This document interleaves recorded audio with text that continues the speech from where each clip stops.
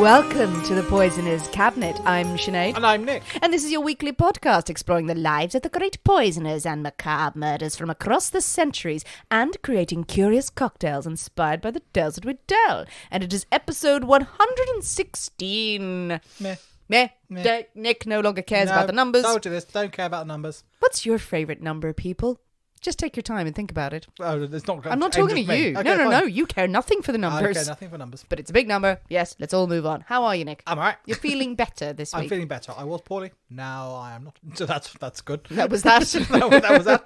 I forget that our entire lives aren't played out on the podcast. Oh, they are. Pretty much. Well, we tell everyone that. Everything that we do, it's all recorded live. No, you were feeling a bit poorly, but we managed to get Patreon out. It was good. It was your episodes. Yeah, it was slightly insane as well. It was good. Because I forgot what writing was. You really did. You really did. Through. Oh, look, are those words? I don't know. Excellent outtakes from that one. Recovered just in time for the weekend. Hurrah! That's the perfect time. Exactly. Any poisonings this week? No. I've been busy being unwell. Lying in your room surrounded by incense. Yeah. Monks chanting. Oh, there've been many a monk coming and going. That makes it sound a little bit different. It sounds like a party, actually. Yeah. It's like a monk rotation system. Exactly. One in, one out type thing. You need a fresh monk every day. Oh, absolutely. Don't want to get exhausted. All that chanting takes it out of you. Fresh monk every day. I mean, it's a whole new meaning for the phrase monkshood, isn't it? Yeah. Oh, shush. There it is. See, Wolfsbane. It's poison. It's a poison podcast. You brought monks into this, Nick. They didn't want to come. Have you quite finished your smutty innuendo? No. It's like an episode of Are You Being Served in here? Well, speaking of hating numbers and having very dramatic sick days, I think it's time for us to thank our delicious Patreon subscribers. We should indeed. They are a marvellous bunch, and they've got some exciting things coming up soon. So much excitement that you'll probably see now. In fact, it's out now. It's out now.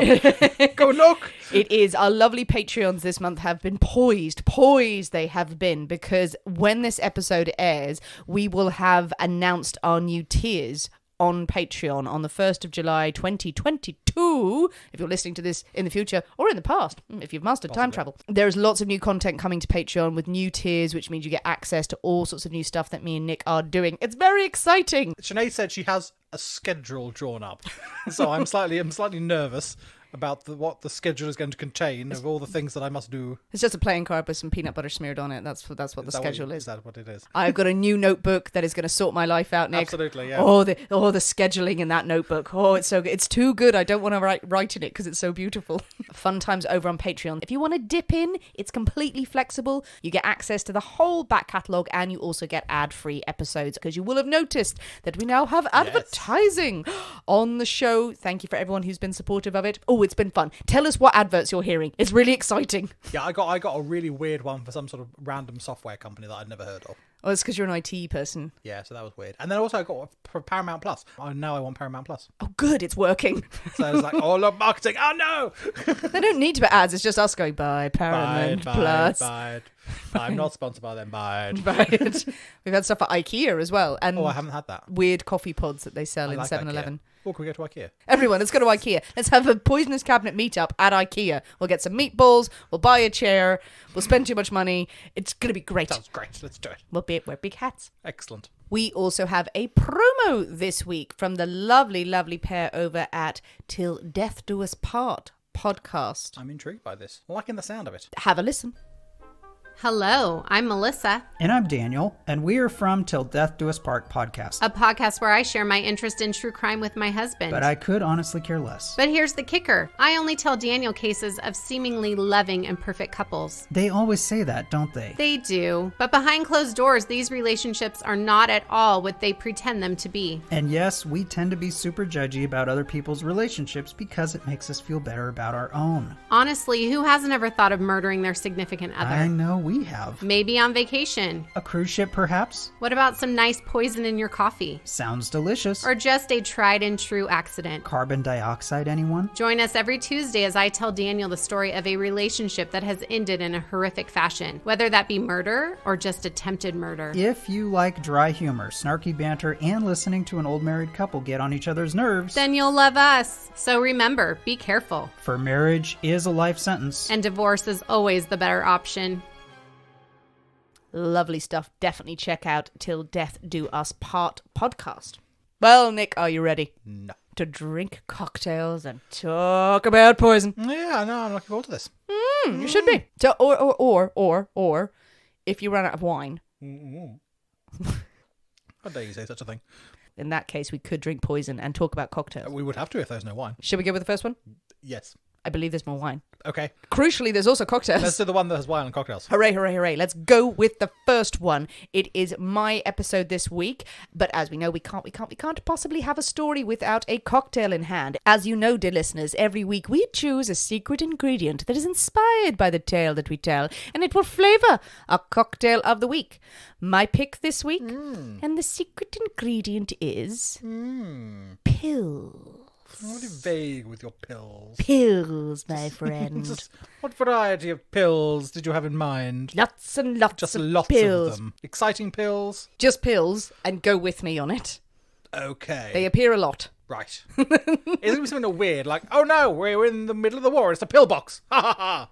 No, what? Good, so you would throw a twisty thing at me. No, and I don't understand what you just said. That's just like something from Nick's brain that goes, oh, that's very droll. No, that's very funny. And Sinead standing outside the window of your head going, what? Let me in, huh? No one else. That makes no sense to anyone else, apart from me. What is a pill box? Is it the... Pill box, a little concretey. No, a little concretey, bunkery shooting tanks. Pill box. It is? Yeah. I thought it was a bunker. They're called pill boxes. Are they actually? Yeah, they are. Yeah. Oh, no, I invented them. It's a real thing. I've seen it in stories. It's not that. Because I didn't know that existed.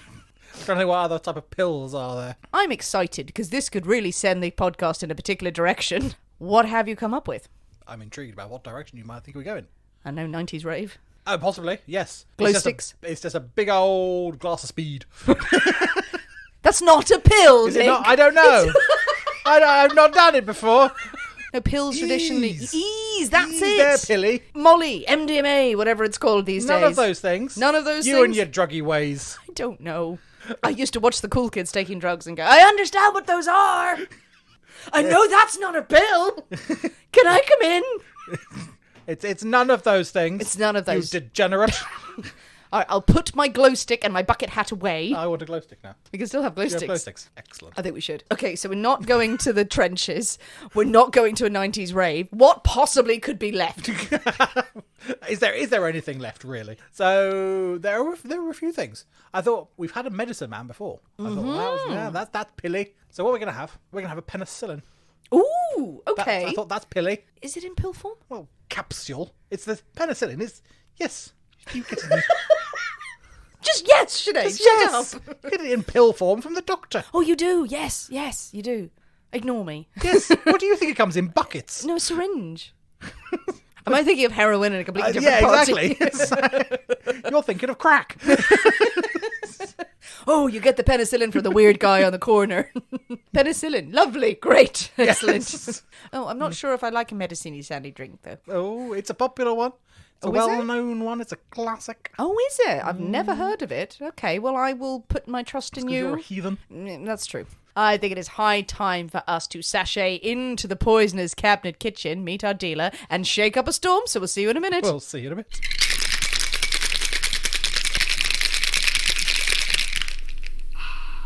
And we're back. Hello. Well, Nick, the penicillin. Penicillin. It looks yellowy. Yellowy. Looks like drugs. I was going to say it looks like wee. Does it? Yes, maybe. No. It's a tumbler. It's got a big old cube of ice in it, and Big it's old- got an accoutrement. Yes. It's got a thing. Thing on a stick. What's the thing on a stick? What do I have to find out? You'll find out. That would give it away. I don't know what it is. It's orangey, but it doesn't look like an orange. It's weird. Oh, it could be a piece of viscera. It could well be. That could be the secret Yeah. of the penicillin. Yeah, absolutely. Lovely. It's not, Okay. but- So it's a classic, you say? Yeah, absolutely. Yes, it is. It's a modern classic. A Let's modern put it- classic. A number of people on the social have suggested this one Ooh. as part of that. So it's a well-known sort of modern classic. Excellent. Okay, well, let us just... no. There's something medicine-y in here. There's something herbally. I'm not sure about this. The smell of it. Well, I guess we've got to dive in and taste it. Merry Right. Christmas. Merry Christmas. What There's a reason why that's a modern classic. what's happening? Can you see through time? See through time. It doesn't taste how I thought. There's a really medicinal smell coming off it that makes me frightened and scared and excited at the same time. Very lemony, but not overpoweringly lemony. It's sharp. What the hell is going on here, Nick? Oh, I'm not sure about that medicinal scent though. Oh yeah, you would like it. I bet you've got yellow chartreuse in it or something. Give it a I'm trying. swirl. Well, I swirled it in my mouth and that was a mistake. See if that helps at all. What is that extra flavour that's coming through? No, what? That tastes like meat. Oh, I'm not sure. It's very complex and it's interesting. I'm not sure if it's my thing. We have made a return to the spirit forward. It's very much spirit forward territory. I don't know if I like it, but I have to keep going back because I'm like, what's in this? I didn't think I would like this. It's bloody gorgeous. Really? There's a lot to like in it. Has that got freaking apricot in it? It hasn't. God damn it, I thought I'd nailed it there. It's got a really nice tartness to it. And then it gives way to something herbally and grassy and weird, and I'm not sure about that at all. Talk us through it, Nick. What's going on here? So penicillin, whiskey, blended scotch. What? A base of just a blended scotch whiskey Okay. in there with some lemon juice. You correctly identified that there was some lemon juice Yay. going on there. We have ginger. Oh, ginger. And this is actually a chunk of ginger, a bit of honey syrup Yeah. in there. And then floating along the top, you have a Lafroig PT What? whiskey floating on the top. That's it. That's it. There's nothing else. Nothing else. You haven't slipped chartreuse in I haven't here. slipped chartreuse in there. There is no other herbally shenanigans going on. It is whiskey, ginger, honey, lemon, more whiskey. Great cold remedy. My sinuses have cleared right up. Well, I think that's probably where the penicillin comes from. I'm not a huge whiskey drinker. It's not my thing. That I think is bloody gorgeous, and I know why it is a classic. It's good. You really like that. Really As a like non-whiskey drinker, Yeah. you really like that. I don't mind a Lafroig, and I don't really like that. I don't mind it. It's not world-beating as much as it is for you, for me, if you see what I mean. No, yeah, absolutely. It's hurting my cheeks. Because this was developed at Milk and Honey by a bartender, very famous bartender called Sam Ross. And in his recipe and in the Milk and Honey book, it says Lafroig is, or your sort of peated scotch, whatever it may be, Yields. is floated on the top afterwards. So you shake it up, pour it, and then you have a very thin. It's like a bar spoon's worth. Yeah. So it's a very, very small amount, just floated on top. Other recipes I've seen call for the whiskey to be shaken in with everything else, so it's much more thoroughly mixed. If done that way, I suppose it may well avoid the initial, because it is a very powerful aroma when it comes to your face. It's Really is. you have a big hit of that peaty whiskey, which could be off-putting to some people. So if it's more melded in, I can see that might be more palatable. Potentially. Well, it might not work if it was. I think it, So whether it there are changed a the variety of flavour profile. different recipes that call for it to be made in different ways. I followed the original method, and I think it's lovely. Maybe it's psychosomatic that you kind of go whiskey, smoky whiskey, and honey and ginger and lemon. You go, I'm sick. I need this to feel alive again. Because normally I'd only mix that up if I got flu and I'm feeling like death. So maybe something subconscious is kicking in there. But no, that I don't think of medicininess when I drink that. No, I you really like that. I think that's a good. I could more than happy to have one of those of an evening. You'll crack on. I shall. I'm going to drink yours. It's not bad. Don't think I've been a fan of Lafroig in any cocktails, much as I like Lafroig and I like an Islay malt, but I like it to sip it on its own because it's so powerful and it's overwhelming. Clearly the recipe here with a little bar spoon on top of it, it does work. I can tell this is a very, very clever cocktail. Very nicely done. Is it my exact cup of tea? I mean, I'd be like, yeah, drink it. Yeah, drink it. Nick is happy. I'm happy. No, I like that. I like that a lot. The important thing is you've got a cocktail. You also have a glass of wine. I also have a glass of wine, which is probably unadvisable. I also have Sinead's cocktail. And it's not your story. And it's not my story. I mean, perfect place. Perfect There place. may be some slight snoring about halfway through. I would rather there was just raucous heckling. I will give it a go. Don't you worry. Well, Nick, with the penicillins firmly in hand, Ooh, yours yes. firmly in hand, you're going for the curative natures. I'm skeptical. I'm like someone in the 16th century going, no, this medicine will do no good. You must put a rock under your pillow and then kill a goat to cure you of your pustules. Let's do that, Drew. That sounds fun.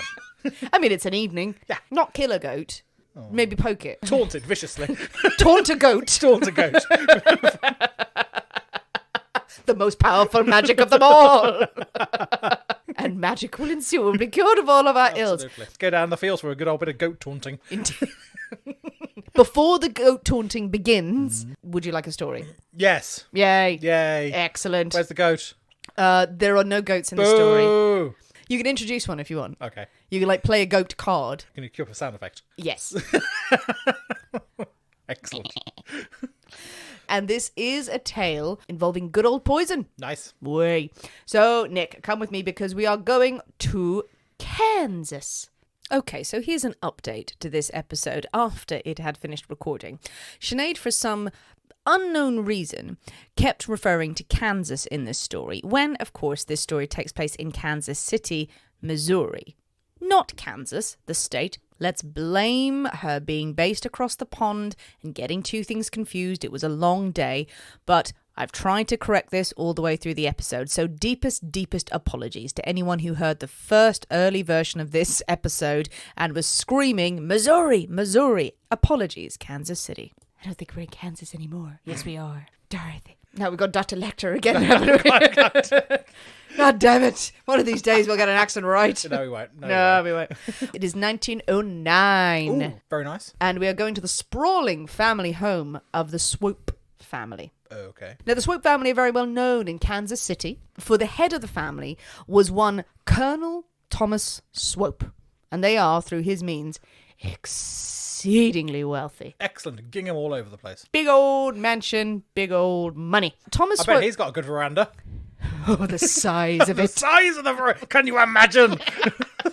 Well, he probably did, No, yeah, absolutely. because Colonel Swope was into real estate. Exactly. That's- a fucking huge veranda he has. How he made his money. He bought up property all over the place, originally from Kentucky, and his big speciality was verandas. Excellent. A veranda on every floor. That's called a balcony, I think, if you go up one. No, not by his standards. Not by his no. standards. It's still a No. veranda. The roof was a veranda. Every room was a veranda. Nice. It was just very cold.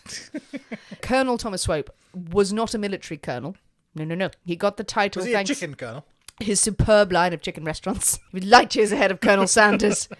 Colonel stole his idea. He was from Kentucky originally. The seeds were planted there We've for already the had chicken. chicken as a secret ingredient, haven't we? Yeah. Damn. Chicken, I'm going to point out, has nothing to do with this story. We're just going off on a tangent about the Colonel. I want chicken now. Oh, can we get a bucket of chicken? Yes. Order it now, and then it'll be here by the Excellent. time it's finished. Marvellous. Colonel. Colonel is an honorary title. And you know this is actually the same for Colonel Sanders, I believe, as well, that you can be given the title of Colonel Yes. because not that you've served in the military, but more to, here's some power and authority that you would Yeah. lord it over everybody. Bit of a way of getting fancy people involved, isn't it? It And is. Sort of boosting the sort of renown, I suppose, and the reputation of a regiment or something. If you've got someone fancy, someone famous as a colonel. It's just someone. You can still have colonelcy, and that can be bestowed upon you as a title. In certain states, some of them are like, no, shut up. It actually dates back to Renaissance England, Okay. where they went, would you like to buy a title? Here we are. We'll make you a colonel. Excellent. No one will know. Colonel Mustard in the room. £500, please. Yes. Now, as I said, he was originally from Kentucky, fought off the chicken lords. Those famous chicken lords of Kentucky. Born in 1827, he grew up to, as I said, become a huge name in real estate and mining, actually, both in New York and St. Louis. Bought up property all over the place, became the largest land owner in Kansas City. So you can imagine he amassed a hefty fortune. Yes. Locals to the area, been to Kansas City, may know that he donated land that would become Swope Park. Very big park, still there. Oh. Kansas City. After trying to protest the beautification of Kansas City heavily, because it would have ended up with him paying loads and loads of tax, but still he gave them a lovely park. He was known as a little bit of an eccentric millionaire, but more of a quiety, kept to himself, miserly. If you're going to be a millionaire, eccentric is the way to go. It is. He didn't have enough sparkly hats and goats, I think. Boo. No, not twirling a cane eccentric.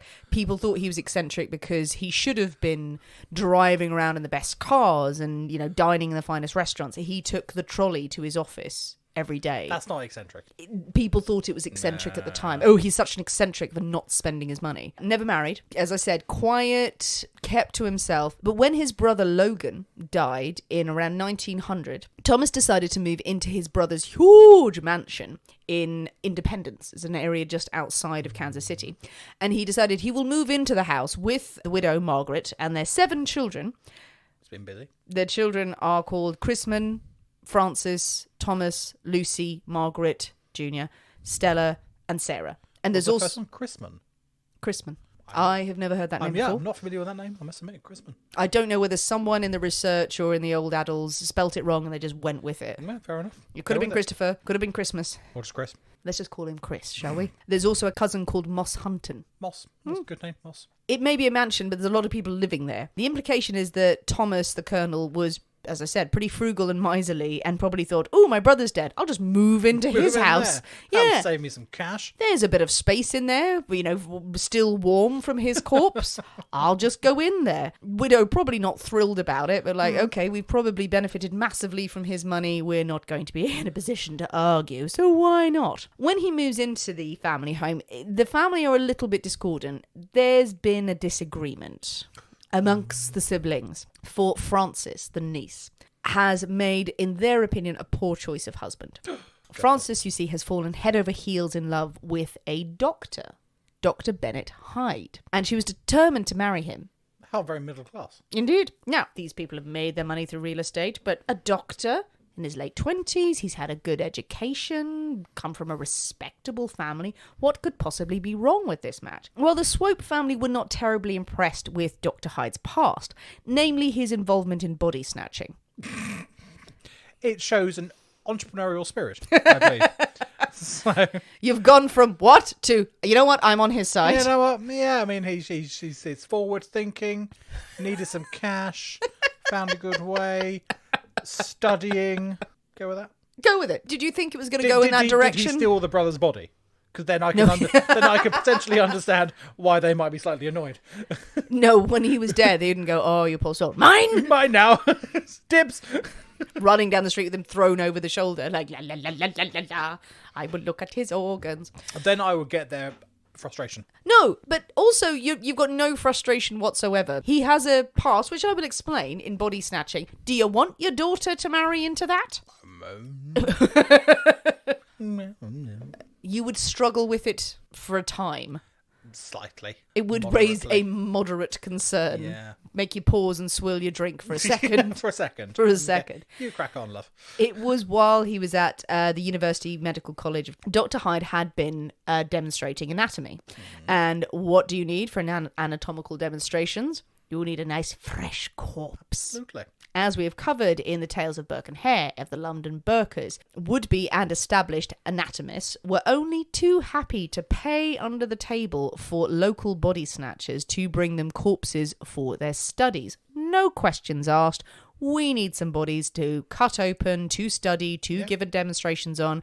You want to bring us some corpses? Absolutely fine.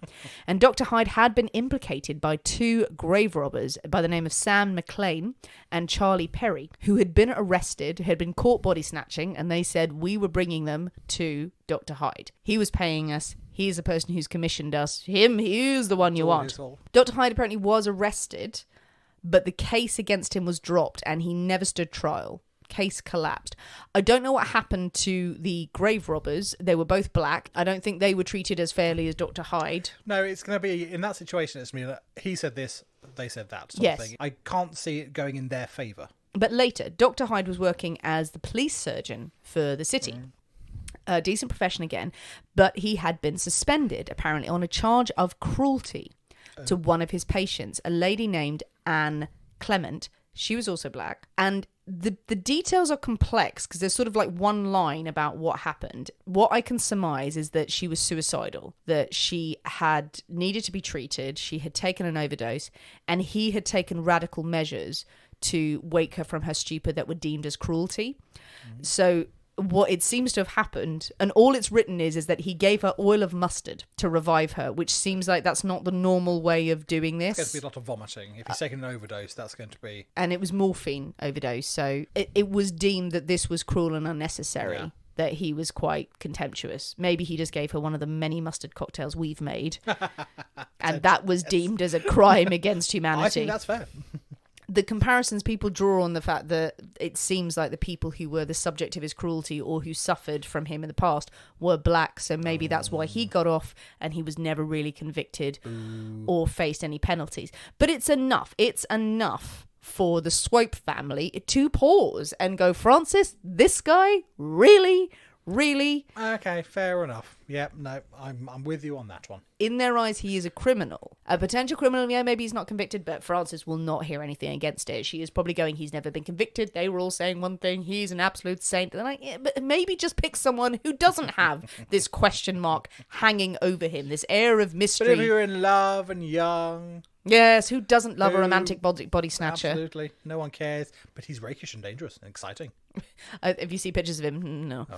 Okay. You're carving up this image of him in your head. It's also thought and reported that he's nothing but a gold digger. Now, obviously, a wealthy family are going to think he's after your money. They're going to have to be quite discerning. They're going to have to be critical. There was talk that around town he had been wooing wealthy women all over the place just to try and get their money. And there had allegedly been a case that he'd settled out of court where he had dealt with an accusation of breach of promise. Let's assume the breach of promise was for marriage and not for some goats.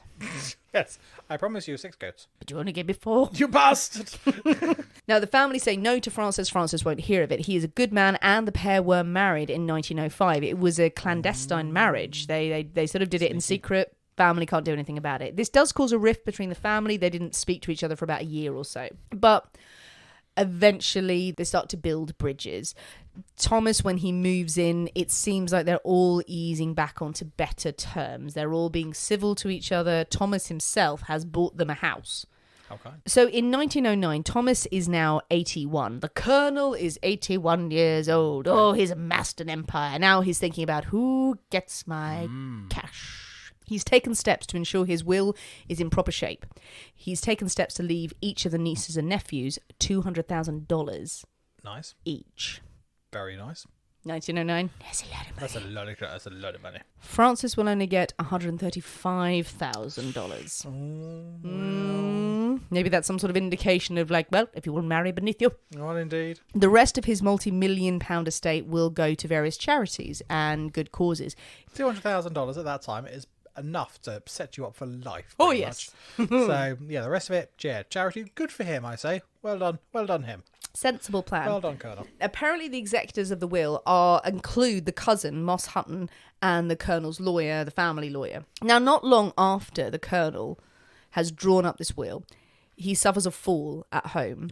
Nothing seemingly untoward there. Getting on a bit. Yeah, exactly. So. He's put to bed. He's bedridden there. Now, Dr. Hyde, obviously, he's a doctor. He's part of the family. He will tend to him. He arranges for a nurse, a lady named Pearl Keller, to come and take care of him. She's doing a very good job looking after the Colonel. But just a couple of days later, after the Colonel is confined to his bed, Moss Hutton is sitting eating dinner, and he becomes quite ill. Oh. Very ill, to the point where he suddenly collapses. That's a bad soup. Hurried to bed, Hutton is tended to by the family doctor, a man named George Twineman. But also Dr. Hyde is there to help. He's on hand. They worry that Moss Hutton has suffered a stroke, apoplexy. Dr. Hyde says, I know just what to do. Bloodletting. It's the way forward. Yep. Modern medicine from modern America. Getting all that bad blood out. It's not the best treatment, I fear. Yeah, he needs to balance his humours. That's what he needs. He does. He needs to let the water out, the pus in. There it all goes. Too much bile and blood. It's not been completely discredited, though. Twyman approves and goes, okay, fair enough. Dr. Hyde draws around a pint of blood from him. Twyman says, great, okay, that's enough. Nope. More. More blood is needed, Dr. Hyde said. George Twyman's going, right, no, really, I think that's enough. You're still going, stop, stop. What do I say to make this not happen? Carries on. Colonel's slowly getting smaller and smaller. He's just sort of folding in on himself. Folding in bed, just shrinking. He ends up taking 2 quarts of blood Bloody hell. from his body and would take more. The nurse is standing there going, you need to stop this. Twyman is like, I am a doctor too. You can kill someone from over bloodletting. You will kill him very soon. Yes. And he's like, no, you can't. It's not until Frances, his wife, comes in and says, dear, I believe I would quit. Dr. Twyman thinks you've bled him enough. God. And Dr. Hyde goes, oh, okay, fine. Finally relents, takes out the apparatus, tends to his patient. But mere moments later, Hutton spasms and dies. Yeah, I'm not surprised. Maybe Dr. Hyde is shouting, saying, see? Told you. A little bit more, and he would have been absolutely fine. But poor Moss Hunton is dead. Dr. Hyde then brings nurse Pearl Keller, who is in the house to look after people. He brings her aside and says, Miss Keller, I am not a businessman, but I can be one. This man, Hunton, was one of the executors of the Swope estate. And in a few days, the old man will make a new will and appoint new executors. And I wish you would suggest that I take Hunton's place. Pearl says, I'm a nurse. Yeah.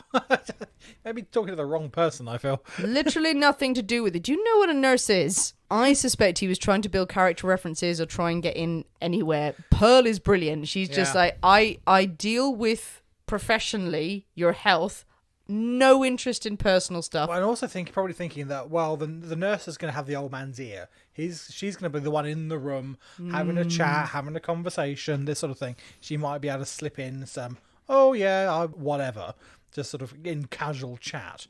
But I like that she's going, no, fuck off. Yeah.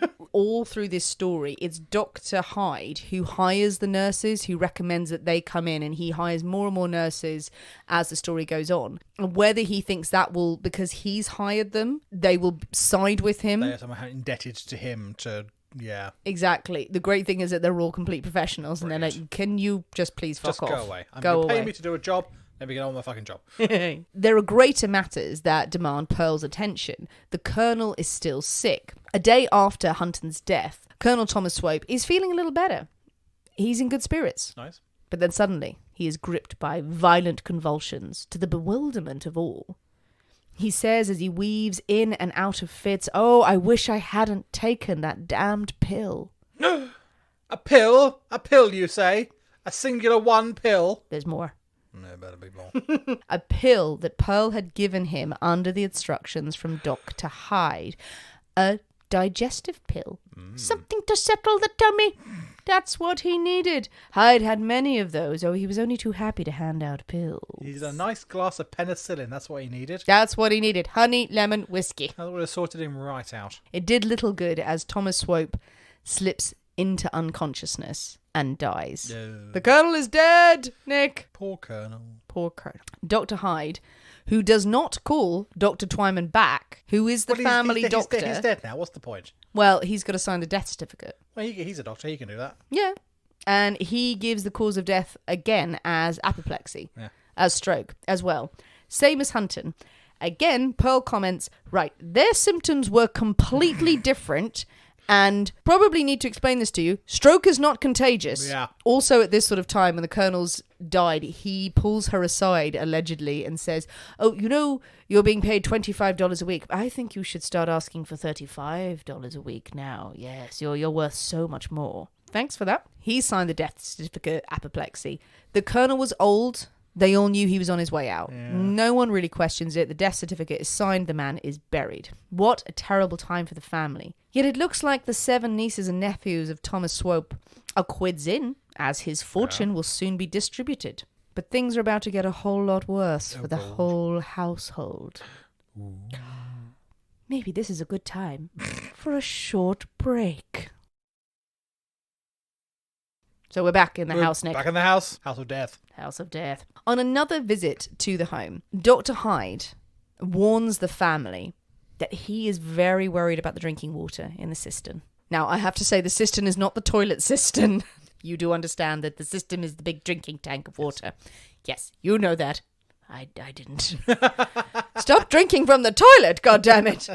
Drinking water in the house. He suddenly announces to them, oh, I'm very worried about that drinking water. Very worried because I reckon it's got typhoid.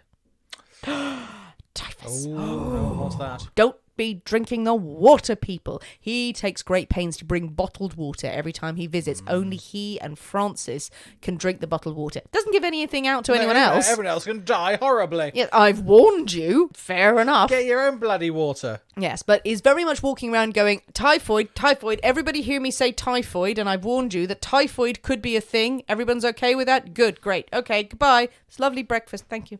Opening the door. Typhoid. Close the door. People wake up. Typhoid.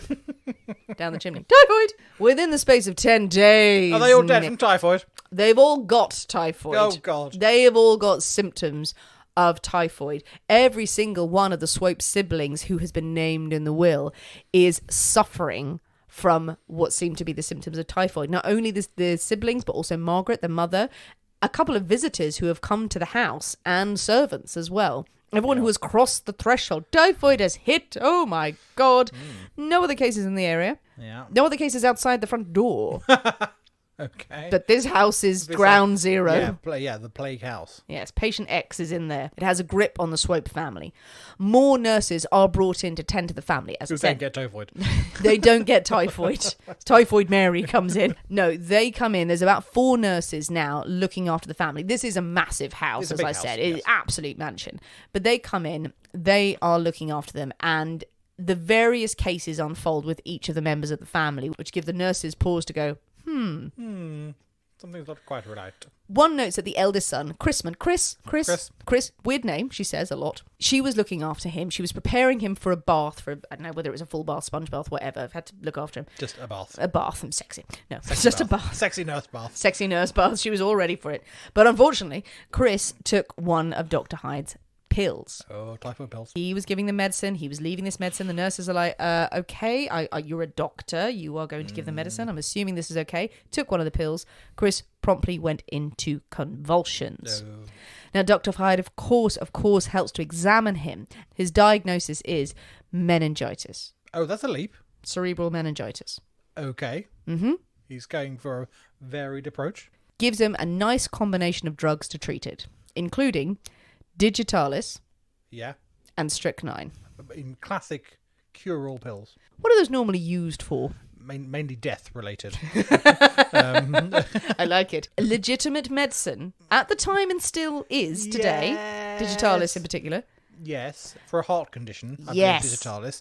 Not much good with the meningitis or the typhoid. No. Strychnine generally good for curing life. Not for the brain. Not for the brain. For the brain Injected area. in the brain. Stab them right in the temple. Right in the temple. The nurse again is like, No. really? These are the things? But again, we're still on this weird cusp absolutely. of they are legitimate medicines. He is a doctor. People are given these in small doses. There would be no problem him having these in his stash and administering them. So it doesn't work. Surprise. I know. Yeah. What a shock. What a shock. Chris dies. Oh no, that meningitis, damn it, can be anything to do with all the poisons I just pumped into his face. Dr. Hyde took his pulse, went, oh, there's no pulse, and then threw his feet around in a rough manner. Okay. And said, he's gone, prepare him for the undertaker. He's definitely not alive. Yep, he's dead. Just shake his legs around a bit. Okay. You know, I think that is good bedside manner. I mean, it's a way to test if they're alive, because if they were alive, they'd be going, what the fuck are you doing? That would wake you up. Yeah, absolutely. Anything else, taking the pulse or like I heart think palpitation, a you know. legitimate test of life. Shaking them around Shake by by the the feet. feet. Get off my feet. Get off the feet. What the fuck are you playing at? Shakes his feet around, goes, nope, prepare him for the undertaker, leaves. Dr. Hyde actually goes to a gala dinner that evening for the society of various doctors that he's somehow associated with. We need a bit of happy. He's been through a lot of sad. There's a lot of sad going on. Exactly. He needs some happy in his life, I feel. So He a gala does. dinner is going to sort him out. Everyone that Dr. Hyde treats in the house with his special pills, or he examines, seems to get much, much worse. Margaret Swope, the mother, remains very suspicious of Dr. Hyde. Now, she had carried suspicions. She's never liked him. No. She's not voiced these because she's nervous. a woman. She's a woman. Can't have an opinion. Who will listen to her? She's mad. Her womb trying to climb out her brain. Shush you. She gets great treatment, though. Yeah. Okay. She's suspicious. She's bedridden because, again, she's feeling the effects of what is suspected as typhoid. Dr. Hyde, again, makes sure that he gives her some treatment as well. Not by examining her, not by speaking to her, not by letting any light into the room where she is resting. He just treats her by going into her room at nighttime and sticking a syringe in her arm. It's fine. Legitimate. Medical procedure. Exactly. Her arm swells up. She can't use it for months. Under cover of darkness, I should administer mystery medicine. Mystery medicines into your arm. Mystery See which medicine. arm explains first. So yeah, she doesn't feel much better. Oh, God. One of the nurses sees him leaving the room and he goes, her pulse was really quick and I was giving her some camphor oil. Okay. Camphor oil, yes, to calm the pulse. Relaxing, calming, absolutely. Nurse goes in, no smell of camphor oil, you'd smell it, and also her pulse is fine, and her arm is the size of her body, I think, by then. Like, oh, Jesus. More bloodletting. More arm-letting. Arm-letting. After this encounter with Margaret, Dr. Hyde leaves the house at one point. He insists that he's got to go and meet one of the siblings, Lucy, another one of the siblings. She has been away on vacation. He's going to meet her in New York and make sure she comes home. He's never spoken to Lucy before. He has no dealings with her, but he's the one insisting, going, oh no, I must go and get her. Her brother's just died, so I should go and make sure she gets home okay. Okay. Make sure she hasn't got typhoid. Yeah, absolutely. Make sure she hasn't got typhoid. Being very, very careful. He's a very conscientious doctor. Yeah, he gets her all her water on the trip. He makes sure that she's got a nice glass of water every time she says, I'm thirsty. No, I've got the special folding cup. I'll go and fill it for you. Is gone for 10 minutes. I've got my bottle of special water. Lucy, when she gets back, she is feverish and sick by the time she arrives. God. She does go and stay with a friend, and she does make a recovery from it. Oh, thank God. Oddly, while Dr. Hyde was away, getting Lucy from New York, all the patients in the house seem a bit better. Oh, Christ. They're okay. On his return, Hyde questions the nurses to see if Margaret is still taking the pills that he left. He supplies some new ones, and they're going, yeah, we don't think these are working so much. Pills. Not good pills. And he's like, really? She's not taking them? Here, have these new ones. Here, have these new ones. And they're like, oh, okay. Stamp with a skull and crossbones. We'll give Margaret the new pill. Fair enough. He's a doctor. No. Gives her the new pill. Instantly starts vomiting and convulsing. Yeah. Luckily, by this time, Dr. Twyman has arrived because of the house of death that is just happening around them. Yeah, and sickness. I think reputation and this news must have spread. Yes. As all the coffins continue just coming out of the house. If you've got a house that is reportedly contaminated with typhoid, you can't really go round and go, okay, it's just an outbreak of typhoid. Oh, shit. But when he's there when Margaret is convulsing and vomiting. He managed to get a sample of her vomit. He's resourceful, he is. Good for him. Gets that. He's then cornered by the nurses because he's finally turned up. These 4 nurses sort of get him by the lapels and say, Dr. Hyde is doing some weird shit in this house, in so many words. Yeah. He is either poisoning them or he is contaminating them with typhoid. Something is going on. Every time he is here, they get sick. You need to do something. Dr. Twyman calls Dr. Hyde to his offices. He gets him out of the house and comes to his offices, and he confronts him with the accusations of the nurses. He said, this is what they have said. Hyde immediately rants, he is going to sue everyone. Oh, for slander. How dare they? These nurses. Oh, that's what they think. Tell me everything they've said because I'm going to sue them. I've only ever tried to help them. I've told them the water was contaminated. He talks him down and says, and manages to get Dr. Hyde and Francis to agree to leave the house. They're going to leave. Just before this meeting, though, Dr. Hyde was seen leaving the Swope house on the way to see Dr. Twyman, and he was seen by Tom and Lucy, 2 of the children who have been out walking. They come home and they spot Dr. Hyde leaving the house, taking something out of his pocket, looking at it, throwing it on the ground and crushing it with his boot, like really stamping it into the snow. It's December by now. And they're like, this is weird. That is weird. He doesn't see them, acknowledge them. He runs off to his appointment. And so the kids are like, okay, let's go see this. They go and look in the snow and they find pill capsules lying on the ground. And what's more, Tom has had experience of working with chemicals in the past, and he knows that these contain cyanide. He can smell the cyanide, very distinctive scent. That's impressive. From just some crushed capsules on the ground. Well, he worked in an ore processing plant. Okay. He was used to... absolutely. Cyanide used a lot in that sort of industry. So he does understand and know the smell of cyanide, and he instantly recognises it, going, okay, this is not okay. This is not okay. So between them, the family call in their lawyer, John Paxton, and they search the house. The area outside, they find more of these pill capsules around. They take them, the vomit samples from Margaret's Swope, to be tested. They find the pills definitely contain cyanide.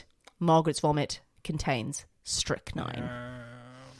Now an investigation is mounted by the family and their lawyer, and it transpires that Dr. Hyde had, a few weeks earlier, obtained samples from another doctor of various germs, including typhoid, for the purposes of research. He's gone for chemical warfare approach. He wanted to study bacteria. He just wants to learn more about it. This transpires because the doctor who was involved goes to his office one day and says, actually, I need the samples back because you've got some live samples, some that die, so you've got to sort of compare and contrast. He goes to get them back. Dr. Hyde's secretary is there and says, well, Dr. Hyde's out. Oh, you can take them. And the doctor realises that half the samples are empty. There's bits missing from them. What's going on? These are quite dangerous germs. That's terrifying. Yeah, whatever he's been doing, he's been using them. Perhaps more damning, a druggist named Hugo Brecklin claims that Dr. Hyde brought 5 grains of cyanide of potassium from him in September that year for the purpose, he said, of killing dogs that were bothering him. Oh, God. I find it mad that that's sort of a legitimate, yeah, absolutely, kill some dogs, it's fine. Yep, dogs, cats, whatever. Cats, rats, just kill everything. On hearing this, Dr. Hyde would later go, I didn't say dogs, I said bugs. Bugs. I was trying to kill cockroaches in my office. Right. By feeding them individually tiny amounts of cyanide. Injecting them. Serving them little cakes with it imbued. Autopsies are carried out on poor Chris, Swope and the Colonel. Chris's brain shows no signs of meningitis. Surprise. But he did have amounts of strychnine and cyanide in him. The Colonel had a stroke, but the body does not show the normal signs of blood clots. And again, it was felt his condition may have been brought on by poisoning. So, unsurprisingly, Dr. Hyde is arrested and will stand trial. Good. He's indicted for the careless bleeding of Moss Hunton to death. Careless bleeding. Manslaughter. Yeah. The murder for poisoning of Colonel Swope. Good. Murder by poisoning for Chris Swope. For attempting to murder Margaret Swope. 3 indictments were filed for this. 1 of administering the typhoid germs. 1 for injecting pus germs. Oh. And 1 for administering strychnine. So she got a nice dose of grim. Yeah, absolutely. She really did. And there were also 7 other indictments filed against him for attempting to murder Lucy, Sarah and Stella Swope, people who visited the house, Mildred Fox, George Campton, Nora Dickinson and Lenora Coppridge. Oh, is there anyone who visits the house? Kill death! Death to anyone! If you're going to have this typhoid thing going on... Yeah, so you've got to commit to it, really, haven't you? You really do. Now, Frances protests his innocence all the way. Absolutely not. She has a lot of cash now behind her, now the Colonel's dead, and she hires the best lawyers around to defend her husband. While her mother lambasts Dr. Hyde on the stand in the court, claiming he tried to poison her, snuck into her room at night and stabbed her with needles, the prosecution claim Hyde was working his way through the family, removing each sibling from the will so the wife would end up with a greater share of the inheritance. That's all he wanted to do. But Frances point blank denies any claims that she witnessed conversations between him and the nurse where he's talking about being the executor of the will. No, it never happened. She denies ever seeing him doing anything wrong. She denies seeing pill capsules around the house. No. Shuns her family, will not acknowledge them. The defence themselves claim this is all circumstantial evidence. Of course he has strychnine and he has cyanide and he has these things.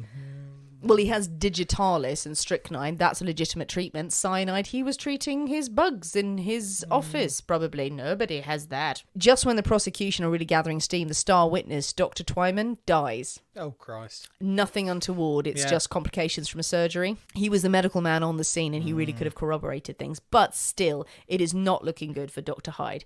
He takes the stand and is adamant, I am a doctor. I have used cyanide of potassium for many, many years. No, I don't remember where I got it or where I used it. No, I don't. As he speaks his whole testimony starts to go, I just know what I'm doing. I'm a doctor. I'm a doctor. It all adds up to the jury finding Dr. Bennett Hyde guilty as charged. Good. Sentenced to life in prison, and the jury state that Hyde's testimony on the stand finally convinced them of his guilt. Nice. But that is not the end of the story, Nick. Ooh. An appeal is lodged. Unsurprisingly. Thanks to France's very high-priced lawyers. They win a retrial. They quash the previous conviction. They say there needs to be a retrial. There's all sorts of stuff that hasn't gone through. Same evidence again. Should be fairly straightforward. But this time, the events are scuppered by one of the jurors, Harry Waldron, who during proceedings, while he was sequestered in a hotel, obviously, during the trial, goes on for a few weeks, he jimmied open a window, climbed down a drain pipe and ran away from the trial. I really thought you say he got typhoid and died. So I thought you were going there. I thought, God, he's killing the jury. He's killing the jury now. I will have you killed. No, he's just run for it. He claims to have been driven mad by being cooped up in the hotel, can't bear to be away from his wife and children. I have to go home. He said that here seemed to be nothing but walls and eyes around me. This results in a mistrial. Ugh. They can't proceed. Get over it, mate. Was this genuinely a man gone mad by the boring trial? Or was this a clever ploy paid for by Francis Hyde? Another trial is called. This also failed to conclude a verdict. Another one was tried and it still did not go through. So in the end, Dr. Hyde walked free. Never convicted of the multiple charges of murder that were levied against him. Bad form. He walked off into the sunset with wife Frances. They had 2 children, and 3 years later, Frances left him, citing repeated and constant acts of cruelty. Oh, bloody Francis. I stood by him the whole time. And she decided that after he attempted to kill her entire family. Yeah. That was fine. 3 years later. 3 years later, then it became a problem because it was against her. Dr. Hyde moved away to a small town, had a small practice for the next 15 years. On the 8th of August, 1934, I'll read a little excerpt here. At Lexington, 40 miles down from the Missouri River from Kansas City, the staff of the Lexington Observer News sluggishly prepared last week's midweek edition. Towards midnight, old Dr. Hyde walked into the office. He was always welcomed there, a learned, well-informed man with a past, who lived alone above his downtown office, who every morning before breakfast chinned himself 25 times, took a fast walk of several miles. The Advertiser News staff heard him say he wanted to see the Missouri primary returns. He walked around the office barrier towards the newspaper files and soundlessly fell dead from apoplexy. Oh. Loved to go into the newspaper offices every day, dropped dead of a stroke. That was the end of Dr. Hyde. Chinning himself 25 times a day. I'm assuming yes. Chin-ups? Chin-ups? Yes. I'm not thinking punching himself in the face. I would kind of hope that he did. For everyone I've killed. There we are. Yeah. So, was Dr. Hyde guilty? Did his wife's money save him from jail? Why would he take such bold steps to wipe out an entire family? And is money really the greatest poison of them all? No, I'm still going with doctors. Doctors. Doctors. Yeah, absolutely. Deadly doctors, Nick. Frances, she annoys me. For fuck's sake. Come on, Frances. You know what's going on. Do you think she knew? I think, yeah, she must have. She must have known. She must have known what was going on. Even if she wasn't complicitly involved in that she had helped plan it or anything like that, she must have seen what was going on and that I'm fine, but everyone else in my family is suddenly dying. And my husband's the only common factor in all of this. I don't and the know. accusations against him. I don't know. I mean, maybe she's incredibly naive and maybe he was abusive towards her and she is completely blind. You see so many people, serial killers who are married or murderers who are married, and go, I had no idea. So true. He was a gentle soul. He's trying to set it up that there's been a typhoid outbreak in the house. Isn't that convenient? Oh, great, everyone's dying of typhoid and it's deadly. Fair enough, he's just sneaking around going, let's just give them more germs. And no one's going to really look for strychnine or poison if they're worried about cross-contamination. Yeah, no, fair. And what I did like in that one as well, but obviously he has gone out and actually purposely contaminated people. Yes. with a disease, with an illness. We've not come across that before. In this sort of like a very much a biological warfare sort of poisoning, not just a chemical poisoning, but actually I'm going to make you purposely ill. Yeah. And contaminate you with these samples. So that is a whole another level of bastardry going on there. Rather than I'm going to the pharmacist and I'm going to give you some strychnine, and then you die. But I've got some samples from my doctor friend who's been treating all these cases. I'm going to cultivate that particular strain of typhoid and then inject it into you. That is a whole nother level of evilness. It's not something that's picked up in a lot of the reports about the story. And the reports on this story are quite scant, actually. There's some really good resources out there. But no one really sort of hones in on the fact that he was using typhoid, because I think they couldn't determine that completely because there was poison in the system. They could find the cyanide, they could find the strychnine, digitalis I suppose was minimal, but they could find that he was poisoning them. But what he did to the water to make them sick, there was no evidence that he could, concrete evidence beyond a shadow of a doubt that he had put anything in the water. He clearly had, and he clearly had all of these germs. And the one bit that they had with Margaret is that he went in and he injected her with the pus germ. So he's intentionally trying to poison her with toxins and with germs and kill her that way. So yeah, he is trying to dabble in biological warfare. Yeah. And he got away with it. Got away with it, yeah, which is slightly more terrifying. Yeah. There's all sorts of inferences as well, which I didn't go into, but there were weird things in the run up to the trial. Like there was a fire at his office or at some of the areas where the evidence was. And it was like, was he setting stuff up? Was Francis and the family trying to destroy evidence that would have absolutely secured a conviction? But yeah, high society, you see. Yeah. Oh, poor old Colonel. Colonel Sanders went, no, I will carry on in your name. 7 spices, they're typhoid. Strychnine and a bit of arsenic and a bit of digitalis. But just the right amount. It makes you want more. Absolutely. Secret hobo spices. There you go. The story of Dr. Hyde. Well, what do you think, people?